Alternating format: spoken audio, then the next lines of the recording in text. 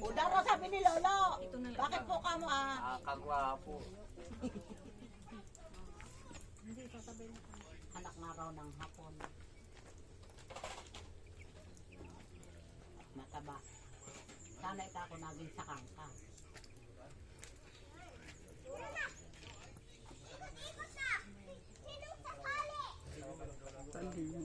Si Auntie Ma, ito na yung kayo naka-video kayo. May nakatangin eh.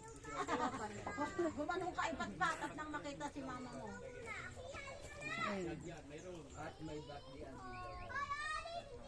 Stop muna. Nawa ay sumaatin pong lahat ang biyaya at ang pagpapala ng ating Panginoong Jesucristo. Maging ang paikipisan po ng Espiritu Santo ay sumainyo. Magandang hapon po.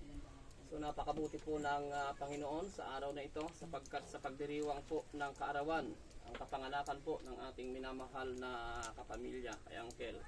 Ano po ay dumating po yung pagkakataon na ito po yung araw ng kanyang kapanganakan at ngayon ay 80 na niya.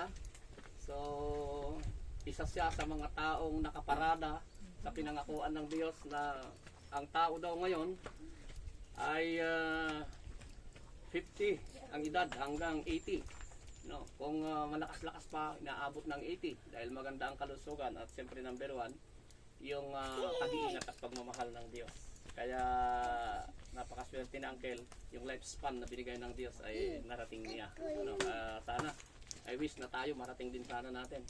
Yung tatay ko 42 lang nang namatay. Hindi malapit na mga kalahati. Ano po. Okay, so tayo po ay mananalangin.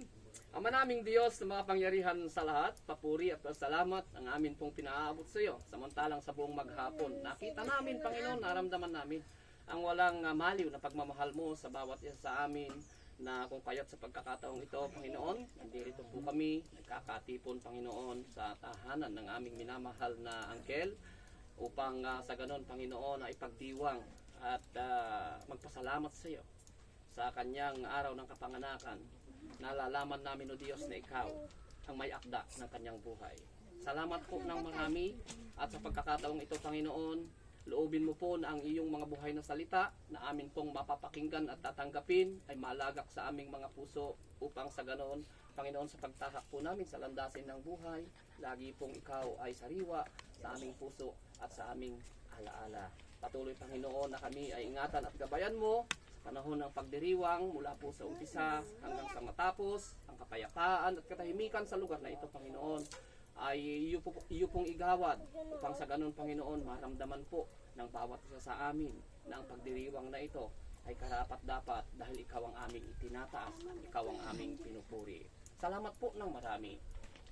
Karapat-dapat na ikaw ay aming purihin at sambahin sa pangalan ni Jesus na aming tagapagligtas. Amen. Okay, pwede na pong maupo. Ayan.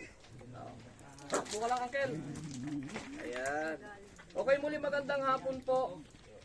Kapag dumarating po ang pagdiriwang ng kaarawan ng isang tao, ano po ay mayroon pong mga kaparaanan kung papaano po natin ganapin, kung papaano po natin ipagdiwang ang kaarawan kapag dumadating.